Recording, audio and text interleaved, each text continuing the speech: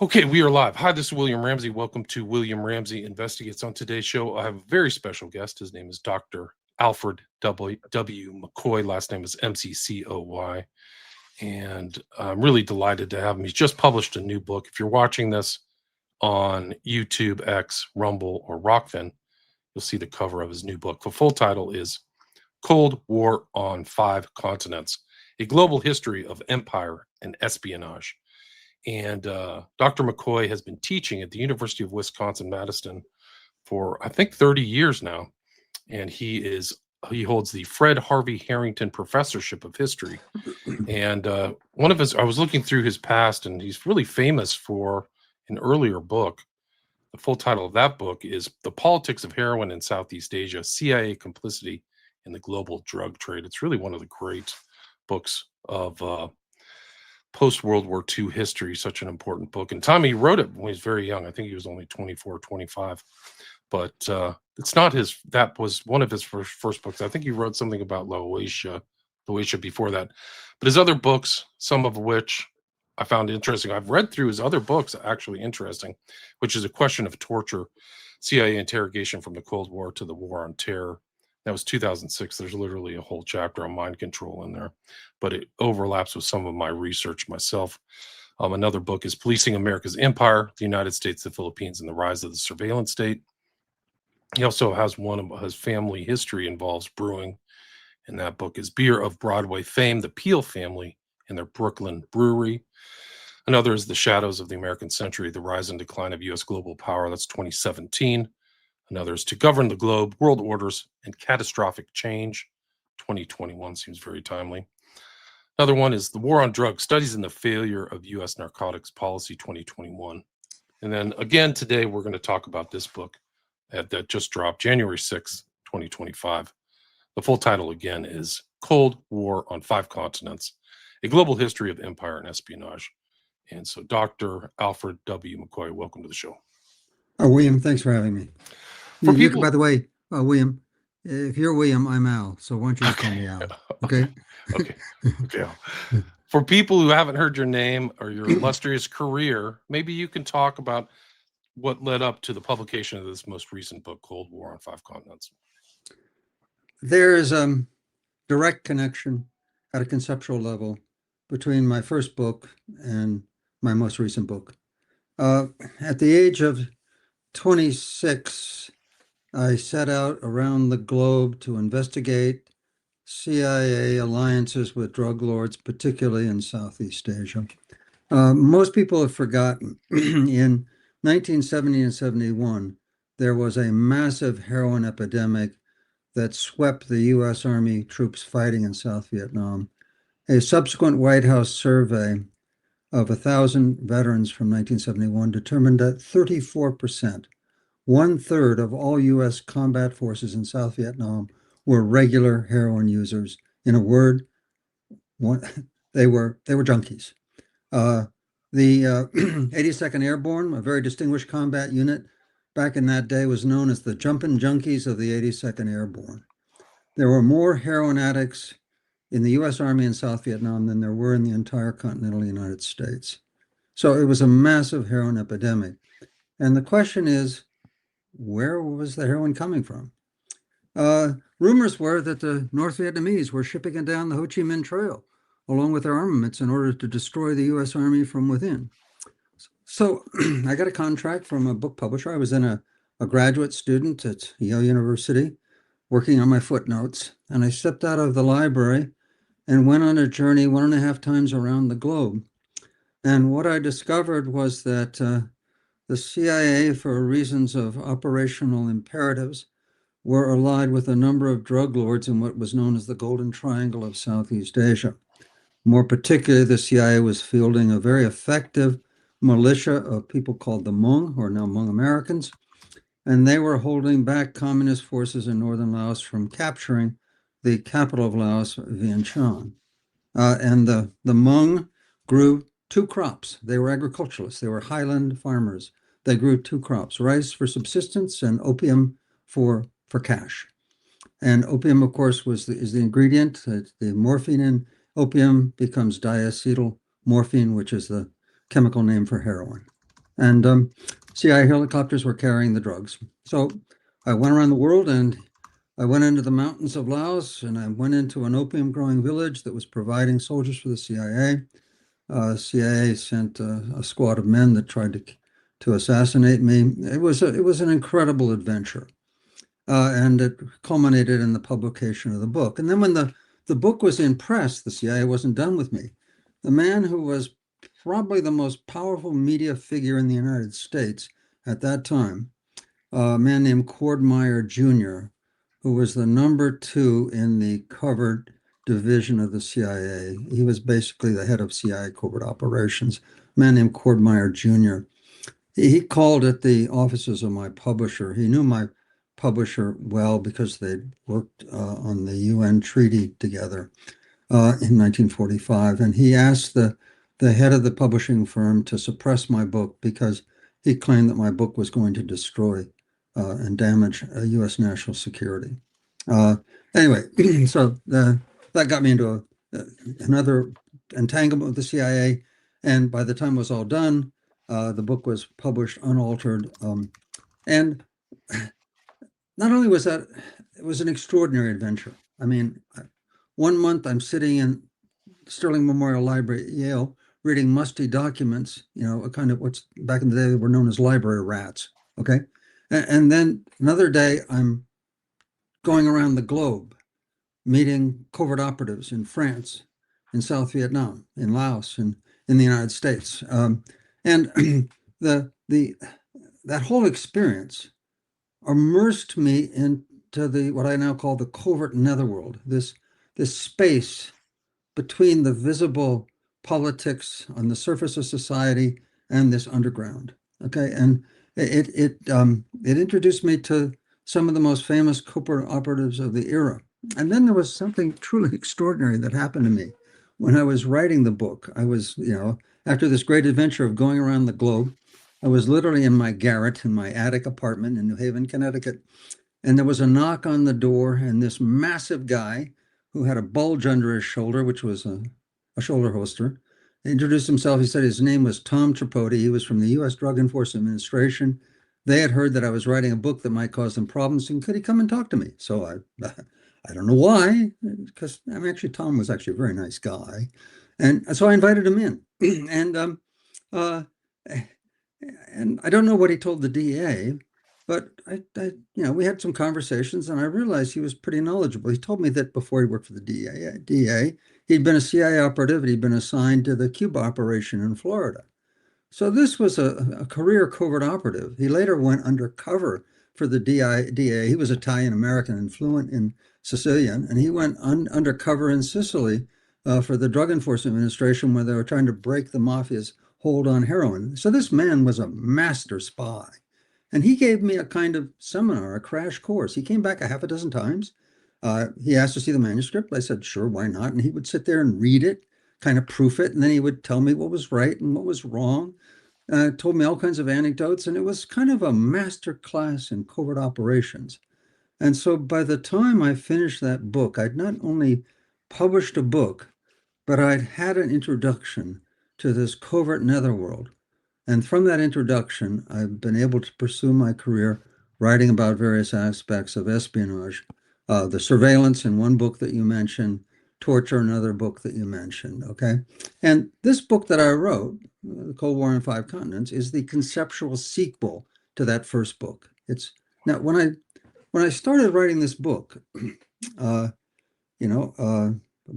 3 years ago, I naturally came across the name of Edward Lansdale, CIA operative, whom I'd interviewed for the Politics of Heroin.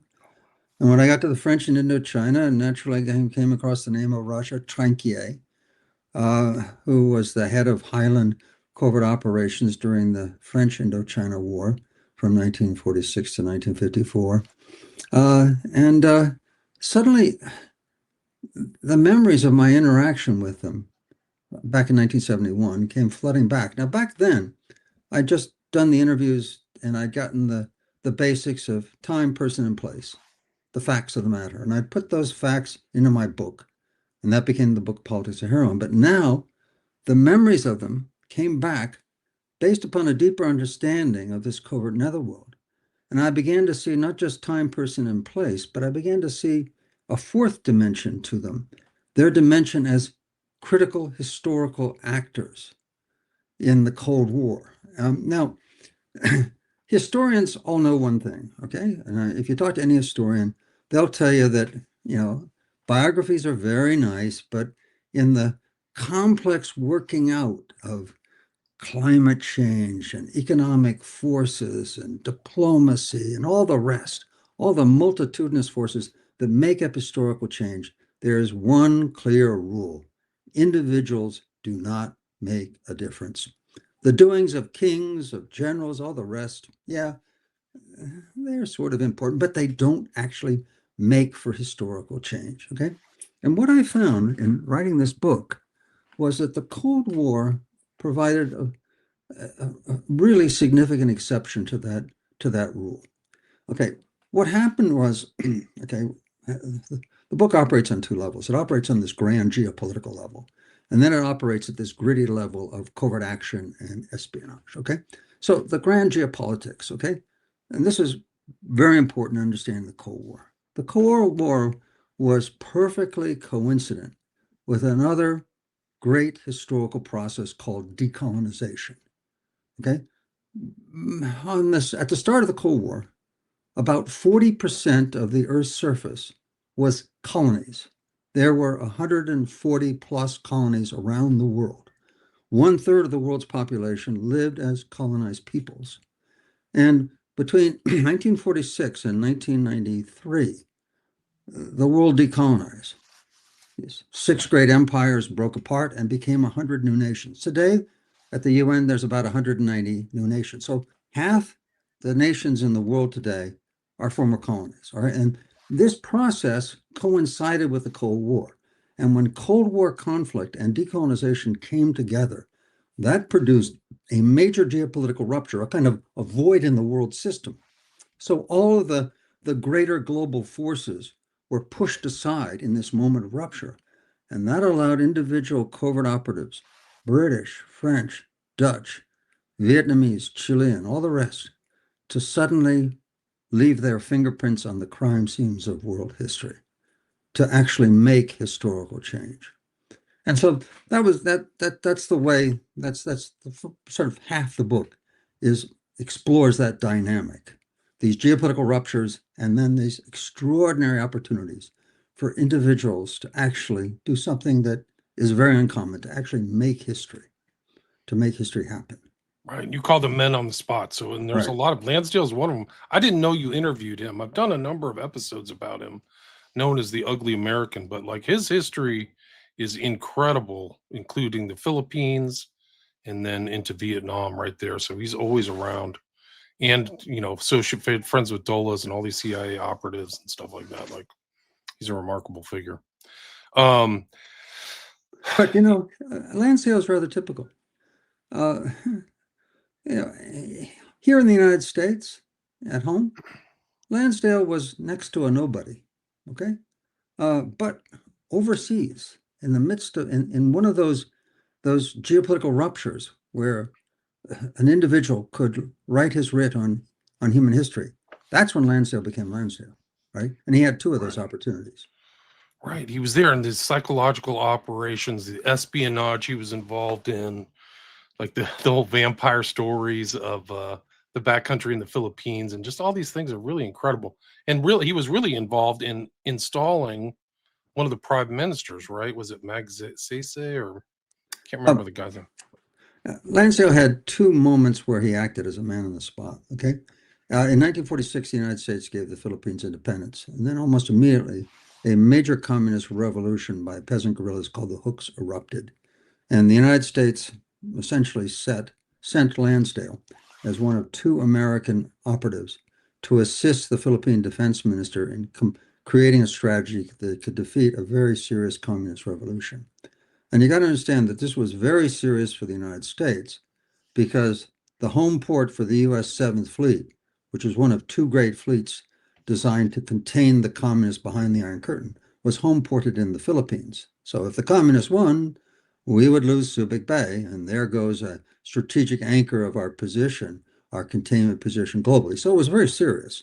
Lansdale worked very effectively with McSci. He had a brilliant offsider who was an anthropologist and a lieutenant colonel in the U.S. Army named Colonel Charles Bohannon.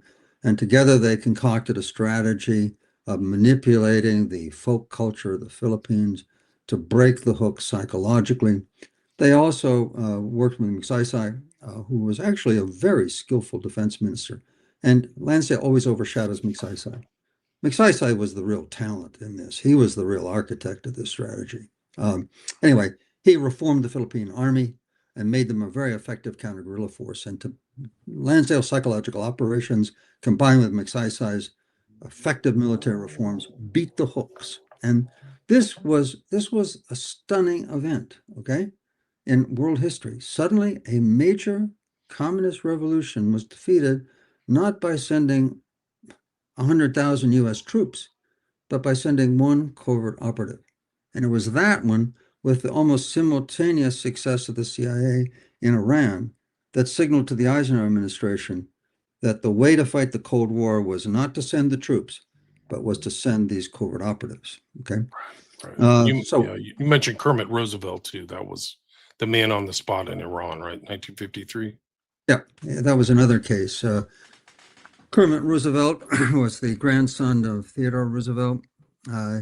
He was a Middle Eastern specialist. He served in the Office of Strategic Services during World War II in the Middle East. And then he later, after the war, joined the CIA. So he had a Middle Eastern specialization. And when the Iranians nationalized the British Anglo-Iranian Oil Company, which is now British Petroleum, BP, the British tried everything. They tried gunboat diplomacy.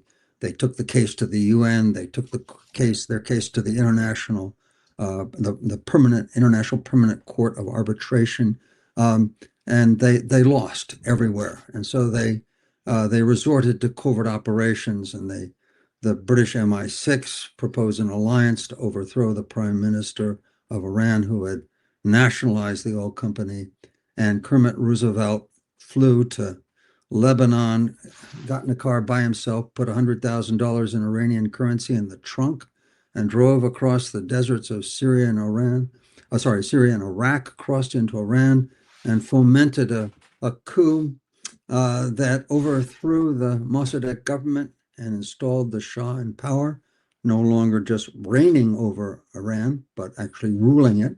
And so when Kermit Roosevelt came back to Washington and regaled the Eisenhower White House with this tale of covert action daring do, you got to remember who Eisenhower was. Dwight Eisenhower was the supreme commander of Allied powers in Europe during World War II, right?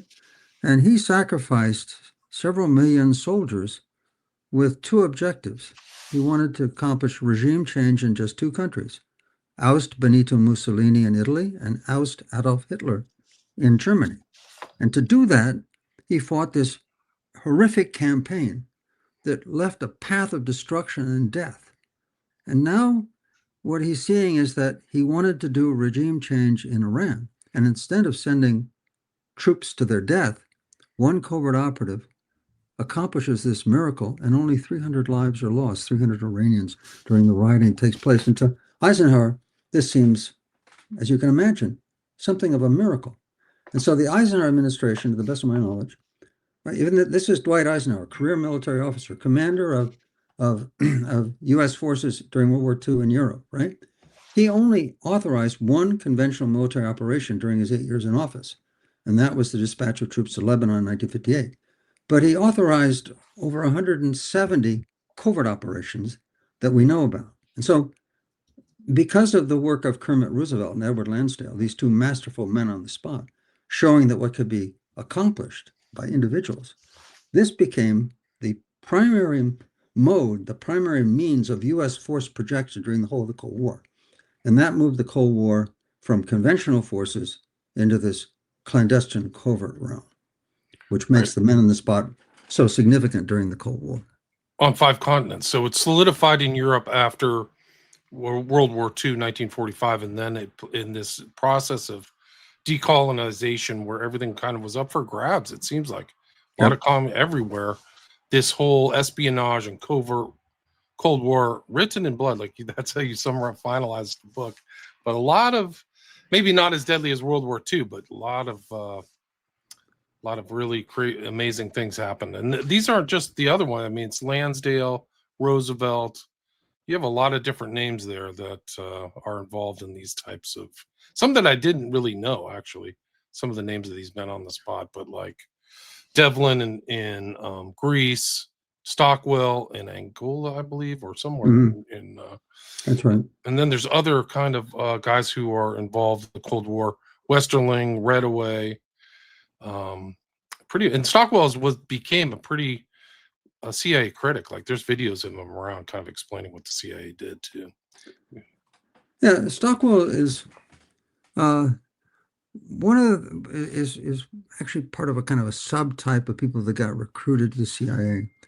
The most useful people living abroad in these faraway places were missionary kids, the children of missionaries that grew up in these far-flung areas, and that spoke local languages and had empathy. And in an era when we were practicing Jim Crow in the United States, in an era when the U.S. Army was, until 1948, segregated.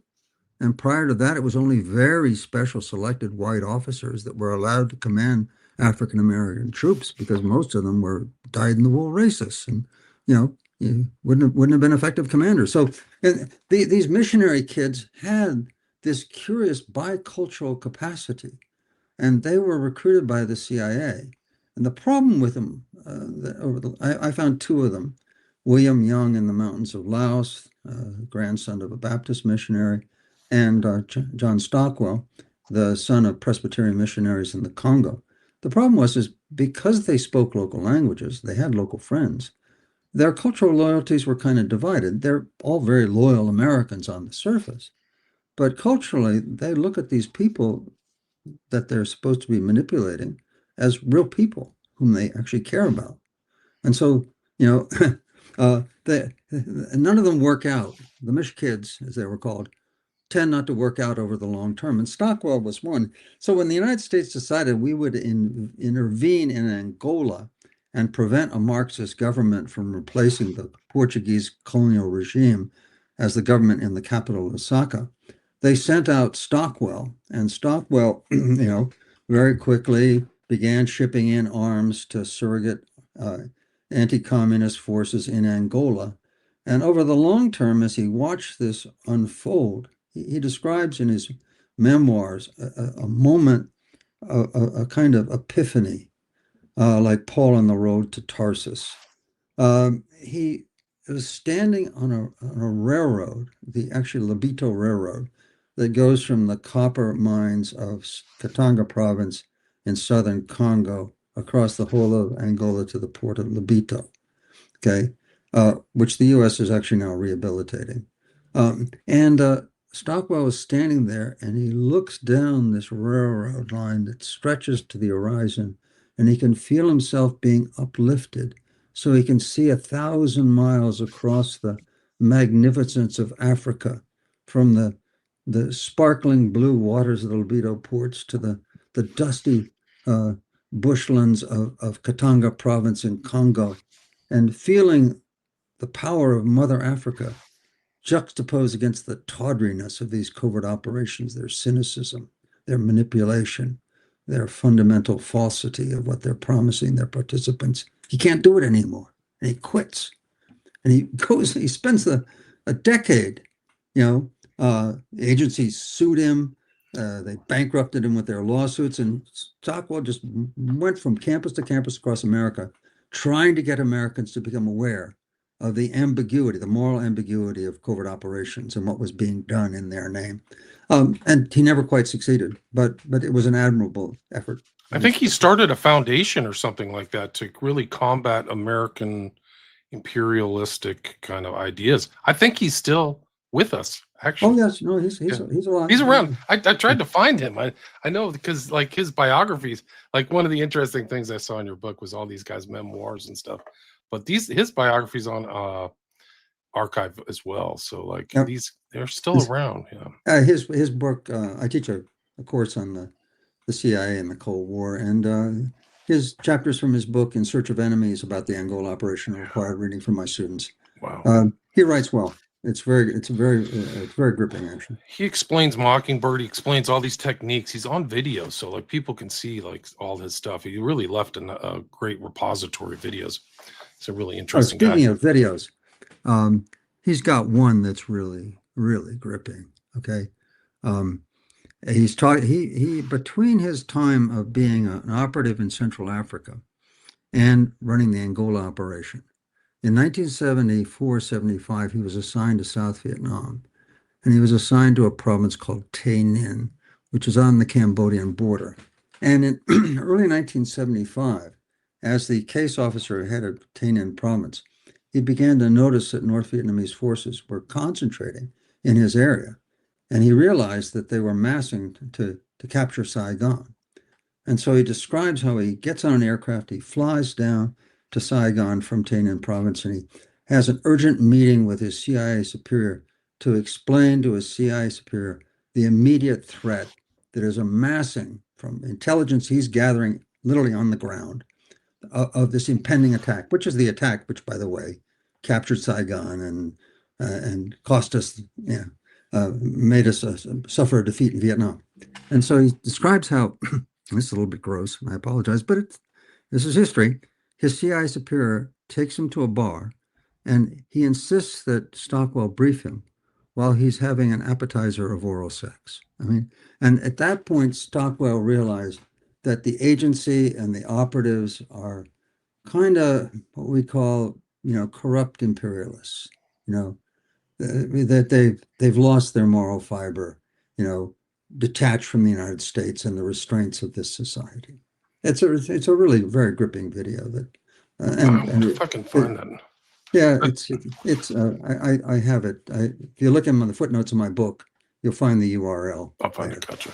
Okay. Yeah, I mean, they really kind of like a lot of amoral decisions were made that resulted in the deaths of thousands, if not millions, of people. Actually, yeah. William, that was one thing you mentioned, that this wasn't. You said earlier that this wasn't as bloody as World War II, and that's accurate. Okay, but in terms of mass mortality, the biggest in human history is World War II, with about 70 million dead.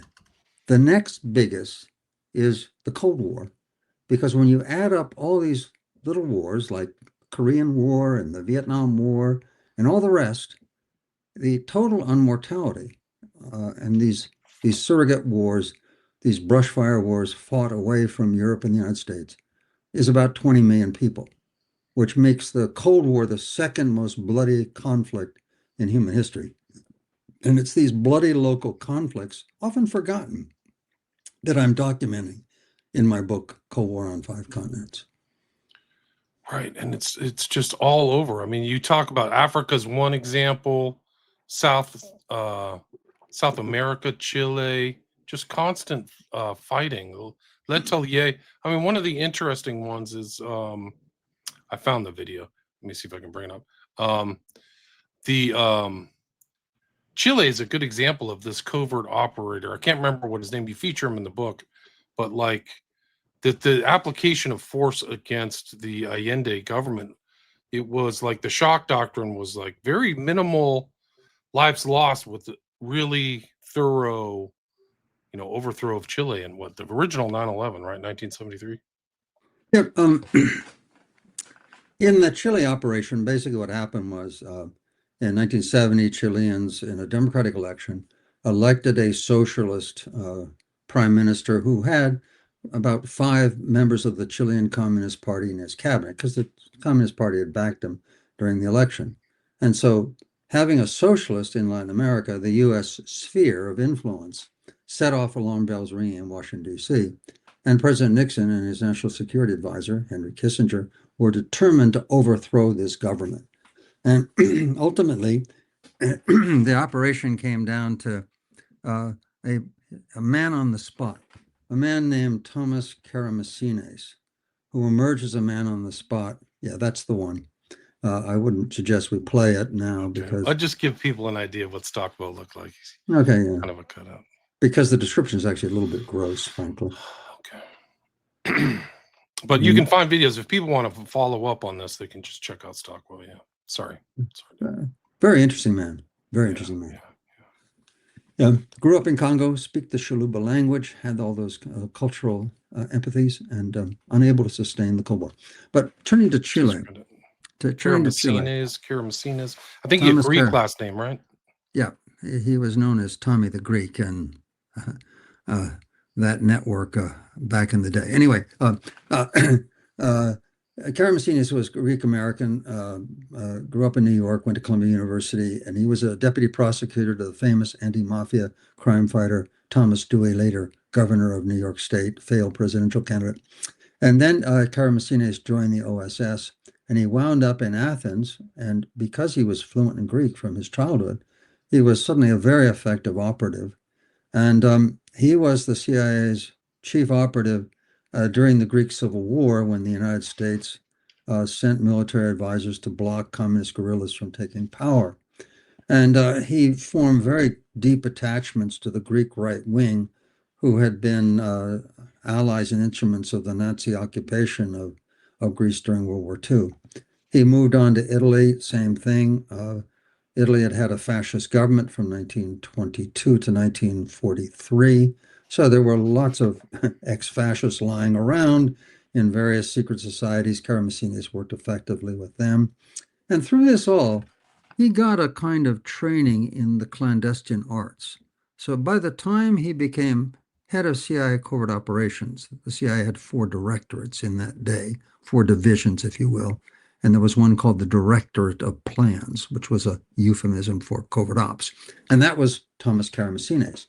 So he had the contract, the job, the assignment of overthrowing Pinochet. And given all of his experience, he did a very effective job of doing so. And once, sorry, not overthrowing Pinochet, overthrowing Salvador Allende, the socialist, and installing General Pinochet in power. And once that was done, then a second operative became very significant. Now, Pinochet's government did something extraordinary. They set up something called Operation Condor that became a anti-communist centralized intelligence network.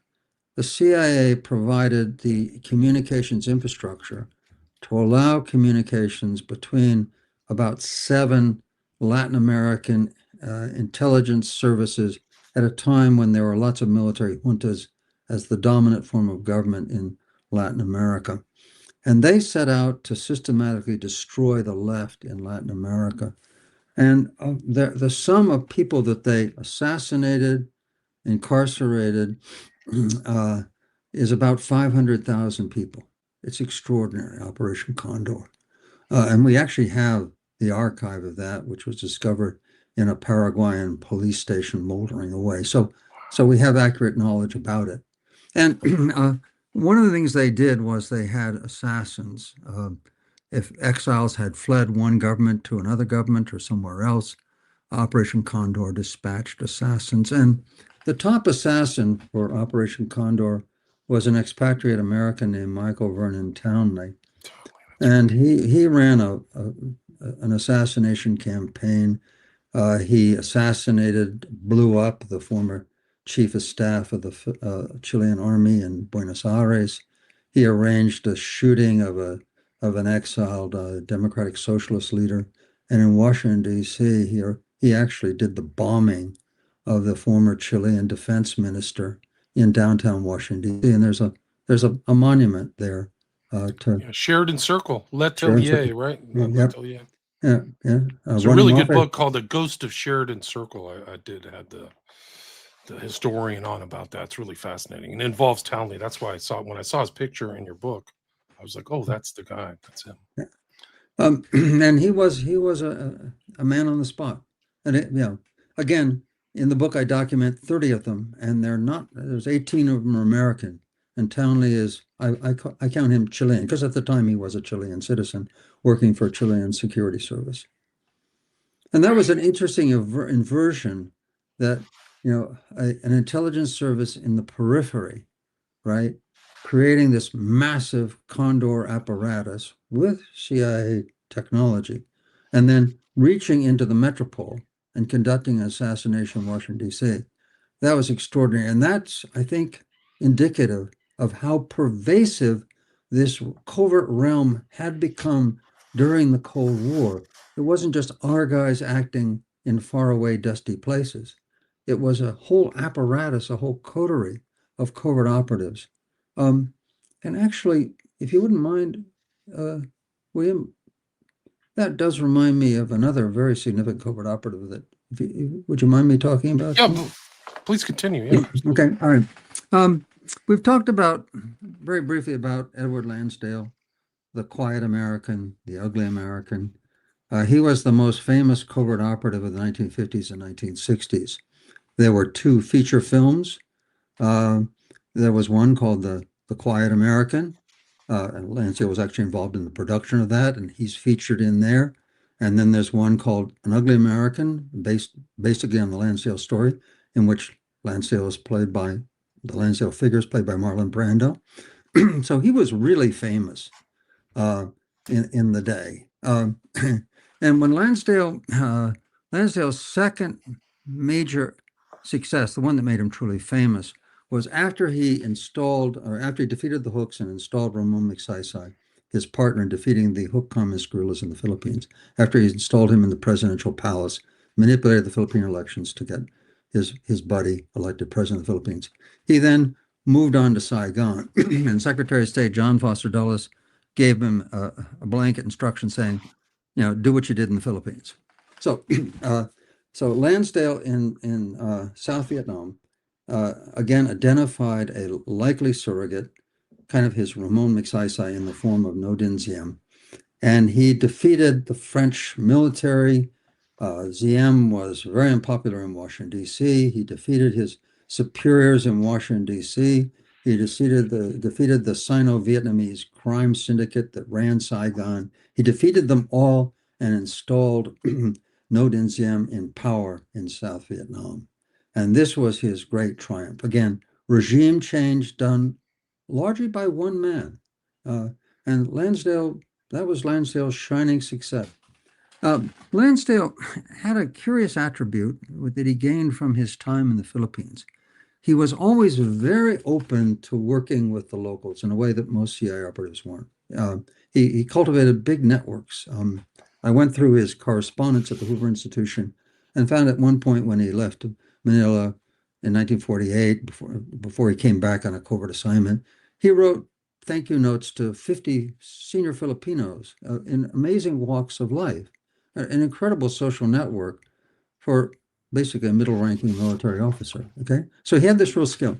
So when he was in Saigon, he found this. He encountered this guy named Phan Xuan An, whom he thought would be a likely acolyte, and he trained him in tradecraft. And then there was something called the Asia Foundation, which was a CIA front, and he got a scholarship for Phan Xuan An to come to California and studied at Orange Coast Community College, which was, a third-tier American institution. But very importantly, Phan Xuan An functioned in the United States as an American student for a year, and he became acculturated. And again, this process of acculturation and making these agents, as we said with Stockwell, all right, it's very important. So he gained nuance and understanding of Americans and American society. He went back to Saigon. He had been a communist officer in the Viet Minh, the Communist Party's front group that had risen in revolt against the French. He was enrolled. He took his oath before a man that became the head of the Communist Party in Vietnam. And he was a dedicated communist spy. And he then got a job in media and eventually wound up being a reporter for Time magazine. And when the U.S. troops started coming to Vietnam in the early 1960s, Phan Xuan An, as a reporter, began collecting intelligence. And all of the major North Vietnamese victories from 1962 to 1972, and indeed their ultimate victory in 1975, was a result of the intelligence gained by Phan Xuan An. Wow. Okay? All right. And so here's a case where Lansdale, had put ZM in power, great success, and then he cultivated this inconsequential relationship, not very important. This minor Vietnamese would-be journalist, right?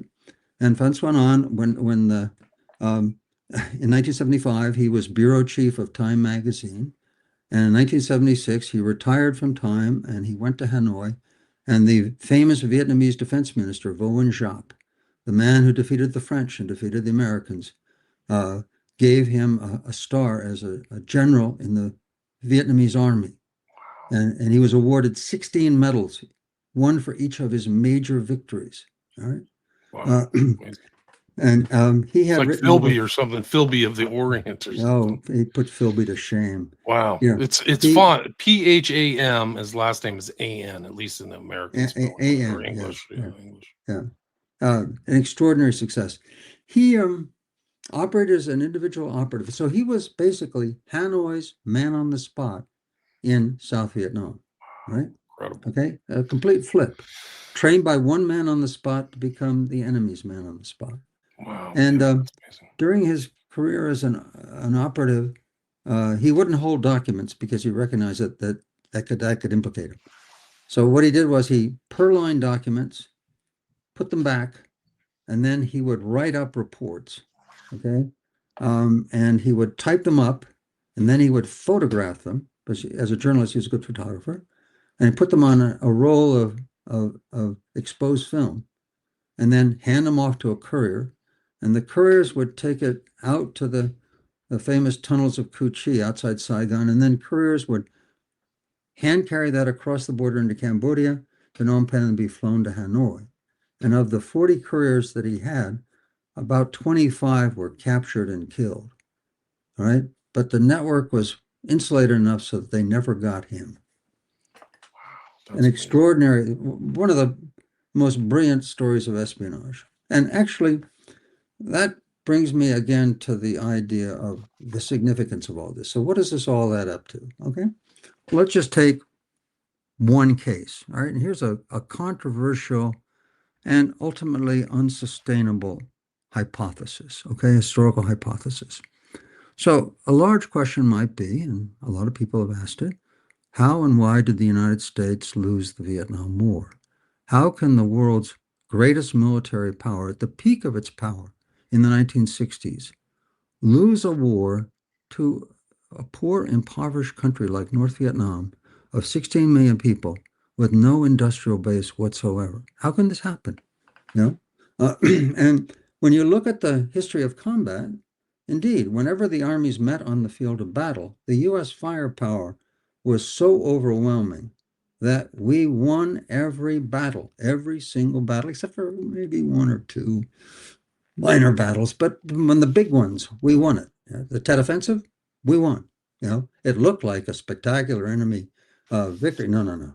We slaughtered them. We won that. We destroyed the Viet Cong's militia infrastructure in that battle. So we won every battle and lost the war. And how can that happen? Well, we lost the war because we lost the intelligence war. We lost the underground war. And the man who was the head of what's called Order of Battle Intelligence for the Viet Cong Communist Underground, a man named Samuel Adams, published a book and a brilliant article in which he said, based upon his work in the CIA, that the Viet Cong had 30,000 spies buried inside the South Vietnamese government. He said that that some of these spies had even taken over what was something called the Phoenix program. The Phoenix program was the CIA's secret program of torture, interrogation, and assassination designed to destroy the Viet Cong underground. The CIA admits that the Phoenix program killed over 20,000 South Vietnamese suspected communists. If you add the number killed by the South Vietnamese when they took over the program, the Phoenix program killed 41,000 communist suspects. And yet, CIA veterans state that never in the entire history of the Phoenix program did we capture a single high-ranking communist spy. So who were we killing?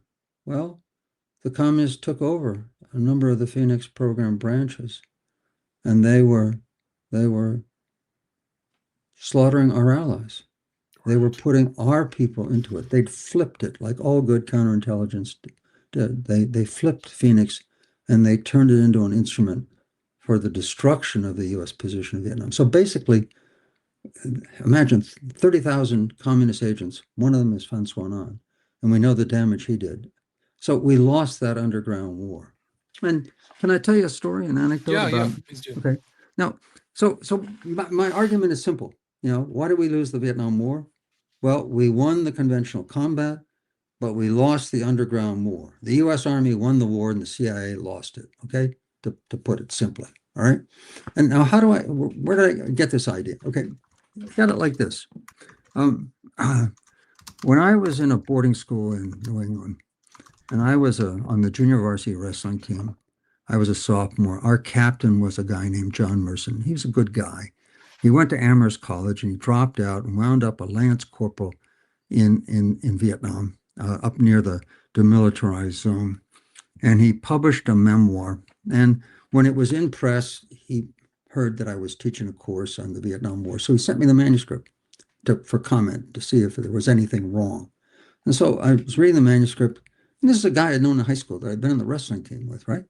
And he gets to this passage where he says, they got intelligence that sampans, canoes, would be coming down a stream or a river at a certain time and place. And so he took his squad and they took their machine guns and their M16s and their grenade launchers, and they set up what he called a killing zone. And in the dark of night, the sampans came down the river and they opened up, and then they turned on the lights and there were 20 dead people, except they weren't communist guerrillas. They were women and children and old men. And Merson and his Marine squad were horrified. And they spent the rest of the war hiding in villages, friendly villages. They wouldn't fight anymore. They just hid. And then when their time was up, they came home. Okay, so I read that passage, and about a month later, it was Christmas vacation, and we had a family reunion in Bermuda. My brother-in-law was the Chief Justice of Bermuda, so we used to meet there. And we were sitting on a beach, and I decided to tell my stepfather, Kruger Bright, who was a Marine Corps veteran, a 30-year veteran of the Marine Corps. And his last assignment, he started off as a pilot in the Solomon Islands in World War II, and he was in 4 wars with the Marine Corps. His last assignment, he was Deputy Chief of Intelligence in the Military Assistance Command, Vietnam. He was the Deputy Chief of Intelligence under General Westmoreland, okay? And so I said, Kruger, let me tell you, you're a Marine, let me tell you this terrible story. So I told him the story, and like that, he shoots back at me. He says, good counterintelligence by the enemy. I said, what do you mean, Kruger? He said, well, think about it, okay? Everything was right about the intelligence, except for one thing. They weren't soldiers, they were women and children. So what happens? What's the gain? Villages upstream hate America. Okay? The soldiers demoralize. Win-win for the enemy.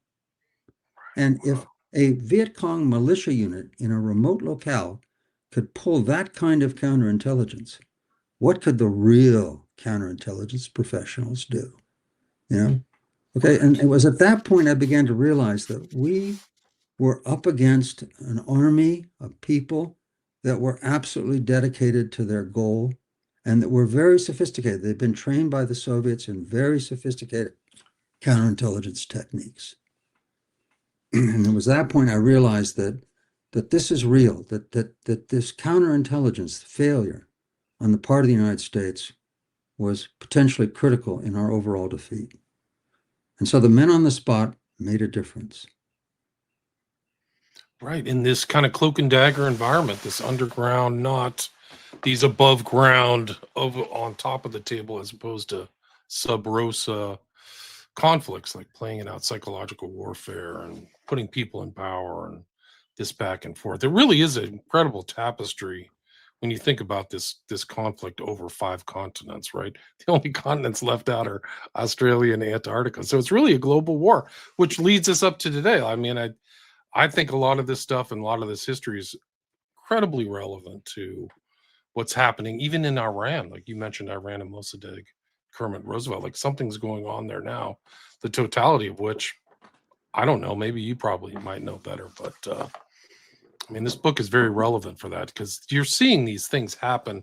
Same kind of odd things happened in Venezuela, in Syria, where these like how do you get Maduro out of there without a lot of like warfare on the same night? How does this entire I think that the so-called military of Syria was like at least 100 to 200,000. How do you get them all to lay down their arms and collapse the whole system? Like these are things that are very mysterious and kind of connote this kind of like espionage, the application of espionage techniques. Would you agree with that?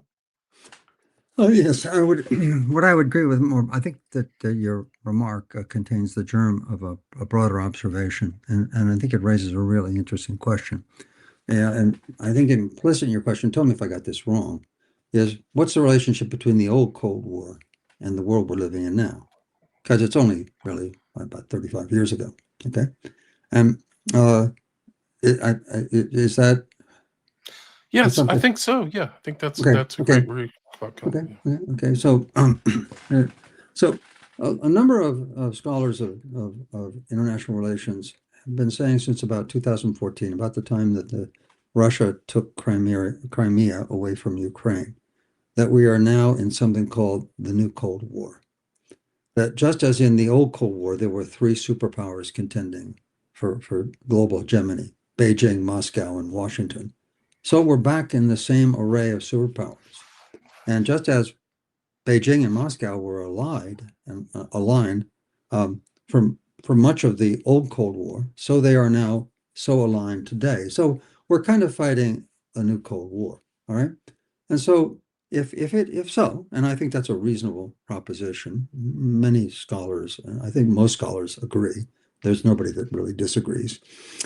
So the question then is, what are the lessons of history, such as they might be, from the old Cold War for the new? And I think there's a very important one that places Trump's foreign policy in context and allows it to kind of assess it critically. Okay. Now, if you recall the geopolitics that I described at the beginning, I said that the book has two dimensions: one covert operation, the other geopolitics. The basic geopolitical design of the U.S. strategy in the Cold War was very simple. Okay. The generation of World War II veterans who led us in the Cold War understood intuitively that the epicenter of global power is the vast Eurasian continent. It stretches for 6,000 miles. It's the home to 70%, that's 70% of the human population and productivity. The rest of the world are kind of like Greenland, Iceland, North America, South America, Australia, Antarctica. They're lesser islands, okay? So the epicenter of global power for the last 1,000 years has rested on control of Eurasia.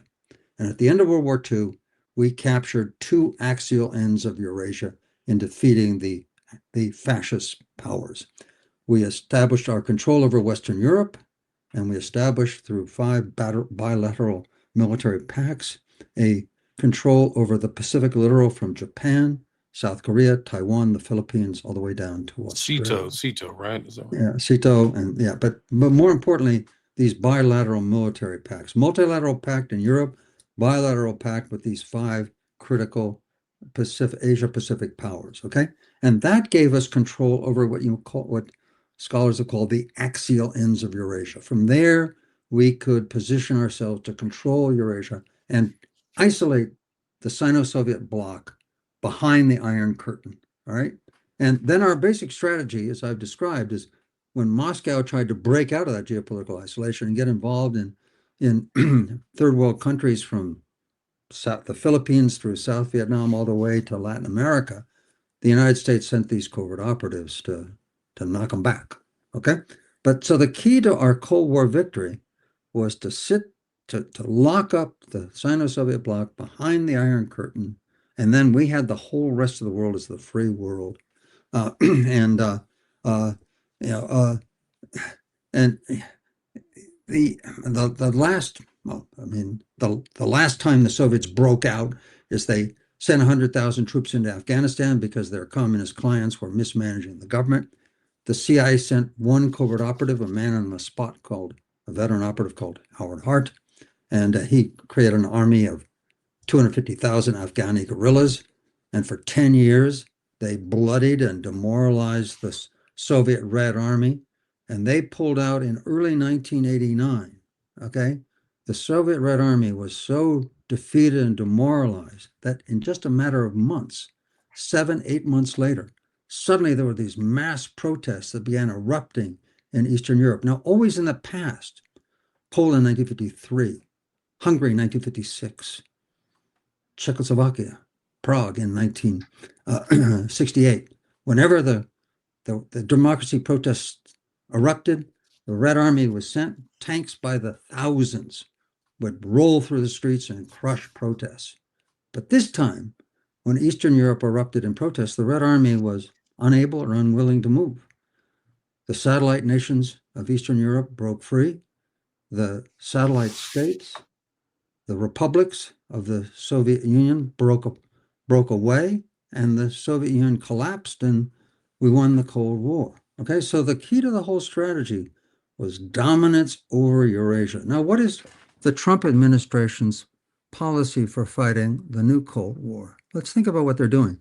If we look at the national security strategy released by the Trump administration last November, and you look at the actions by the Trump administration, you look at the things they do and their formal policy, and what you see is this, that instead of this global position of arraying forces around the Eurasian landmass to maintain our position, and if not our dominance, in the Eurasian landmass, what the Trump administration is doing is they're practicing a kind of tricontinental policy. Putin and the Russians dominant in the old Soviet sphere in Eastern Europe and in Central Asia. China dominant in Eastern Asia, and the United States, and this is very expressly stated in the White House National Security Strategy of November 2025, pulling military forces out of Europe, concentrating our forces in the Americas and turning the Americas into the U.S. sphere.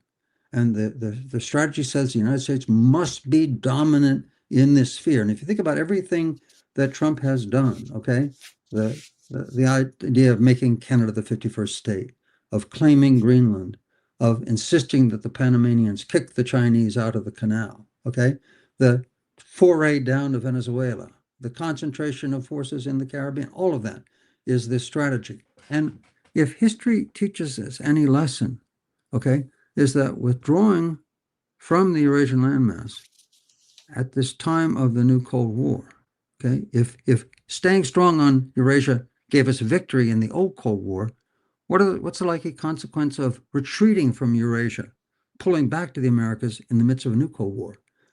I think it will be, logically enough, a grinding, humiliating defeat, and clearing the global arena for these two revisionist powers, China and Russia, to dominate Eurasia and thereby dominate the world.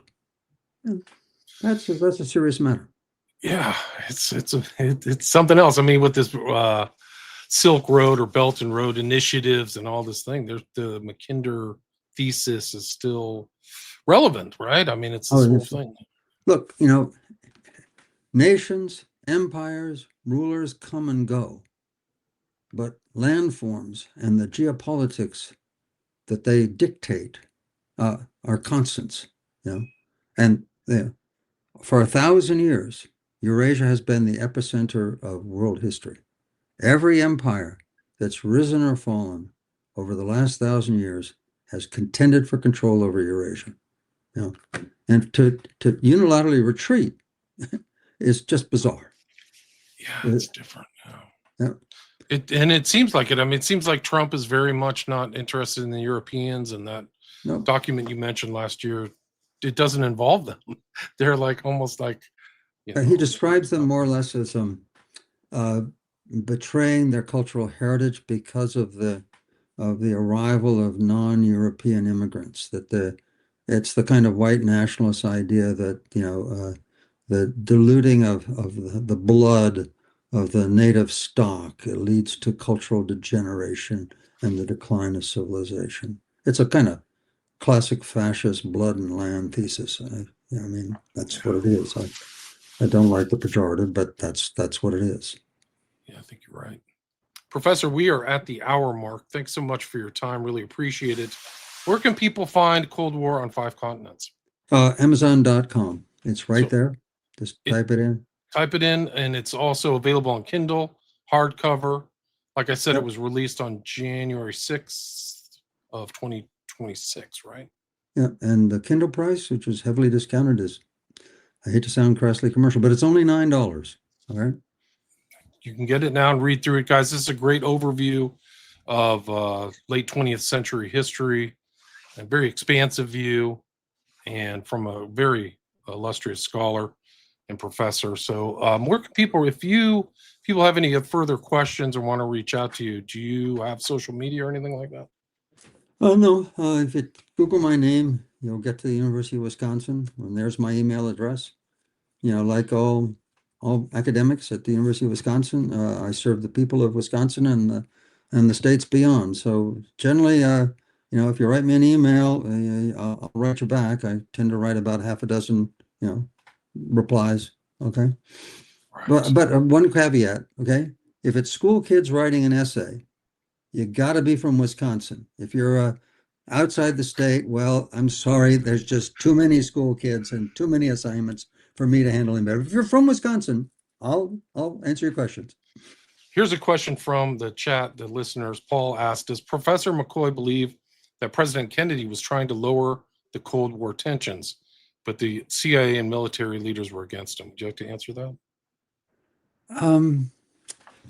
William, let me just say this. As someone whose career has been made by documenting covert operations and machinations by covert operatives, I'm studying bureaucratic behavior. I'm not engaged in conspiracies.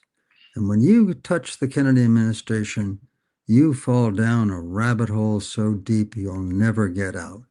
And so, though I mourn the passing of a great American president, I don't address his assassination.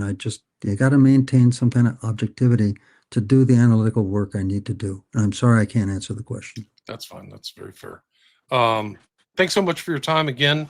The guest is Professor and Dr. Alfred W. McCoy, MCCOY, and his new book is Cold War on Five Continents, A Global History of Empire and Espionage. Thanks so much for your time. Really appreciate it. William, you've been terrific. Thank you. All right, stay there. Stay there just for a second.